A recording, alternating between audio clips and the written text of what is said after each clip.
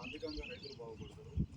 ఇట్లనే సిర్పూర్ నియోజకవర్గంలో 8 జిల్లాల 10 ఓవరాల్గా చెప్పండి, ఇన్ఛార్జ్ కదా. సిర్పూర్ నియోజకవర్గంలోని చింతల మానేపల్లి మండలంలోని రణవెల్లికి రావడం జరిగింది.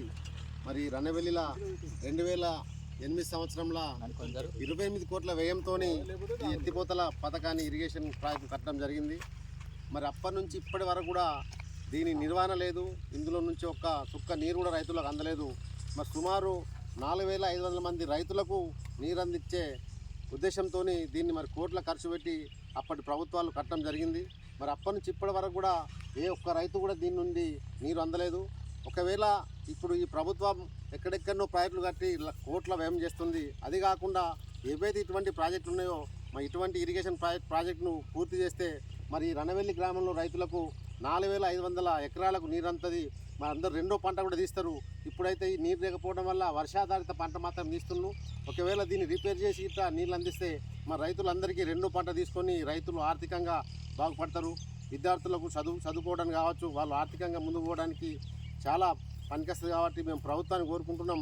అదేవిధంగా మరి ఈరోజు సిర్పూర్ నియోజకవర్గం చూస్తే ఇటువంటి 8 ఇరిగేషన్ ప్రాజెక్టులు ఉన్నాయి. అవి కూడా ఇదే పరిస్థితి ఉన్నది. అప్పటి నుంచి ఇప్పటి వరకు 2010 నుంచి ఇప్పటి వరకు కూడా మరి ఒక్క ఇరిగేషన్ ప్రాజెక్టులు కూడా నీళ్ళు రావడం లేదు. మేము గతంలో కూడా బీఆర్ఎస్ పార్టీ నుంచి మేము ఆర్ఎస్ ప్రవీణ్ కుమార్ సార్తో ఇరిగేషన్ ఈ ప్రాజెక్టులను తిరిగి ప్రభుత్వానికి తెలియజేసినాం. అయినా ఈ ప్రభుత్వాలు పట్టించుకోవడం లేదు. మేము ప్రజల నుండి ఏం కోరుకుంటున్నామంటే దయచేసి ఏదైతే పని ఇప్పుడు కాంగ్రెస్ ప్రభుత్వం ఉన్నదో మరి ఎక్కడనో కోట్ల ప్రాజెక్టులకు వ్యయం చేస్తూ కాదు, ఏవైతే మరి రిపేర్లు వచ్చినాయో వీటికి కొద్ది మొత్తం అమౌంట్తో డబ్బులతో ఇవన్నీ రిపేర్ అవుతాయి. మరి 1000 ఎకరాలకు సిర్పూర్ నియోజకవర్గం లోపల నీరంతది. రైతులందరూ కూడా మరి రెండో పంట పండించుకుంటారు. ప్రాంతం అంతా శస్యశ్యామలం అవుతుంది. రైతులు ఆర్థికంగా ముందుకు వస్తారు. కాబట్టి మేము ప్రజల నుంచి కోరుకుంటున్నాం, దయచేసి మీరు వెంటనే మరి వీటికి బడ్జెట్ లోపల డబ్బులు కేటాయించి ఈ నెల లోపల కావచ్చు, ఈ 15 రోజుల లోపల మీరు రిపేర్ చేస్తే రిపేర్ అయ్యే అవకాశాలు ఉన్నాయి. కాబట్టి మరి స్థానికంగా ఉన్నటువంటి ఎమ్మెల్యే కావచ్చు, ఎమ్మెల్సీలు కావచ్చు, ఇతర ప్రజాప్రతినిధులందరూ కూడా మరి ప్రభుత్వం మీద ఒత్తిడి తీసుకొచ్చి ప్రజల పక్షాన రైతుల పక్షాన నిలబడి ఈ ప్రాజెక్టులను రిపేర్ చేసి వీళ్లకు సహాయ సహకారం అందించాలని మేము కోరుకుంటున్నాం.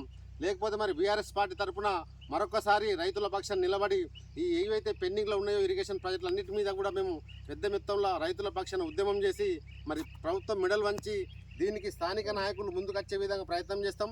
అదేవిధంగా మరి ధర్నాలు రాస్తారోకం చేసి అసెంబ్లీ వరకు కూడా పోయి ఈ ప్రాజెక్టులన్నీ రిపేర్ చేసే వరకు కూడా మేము రైతుల పక్షాన ఉండి పోరాడతామని తెలియజేసుకుంటున్నాం. జై తెలంగాణ. తీసుకోండి లోకల్ రైతులు ఎవరు ఇటు ముందుకు రా. ఇంకా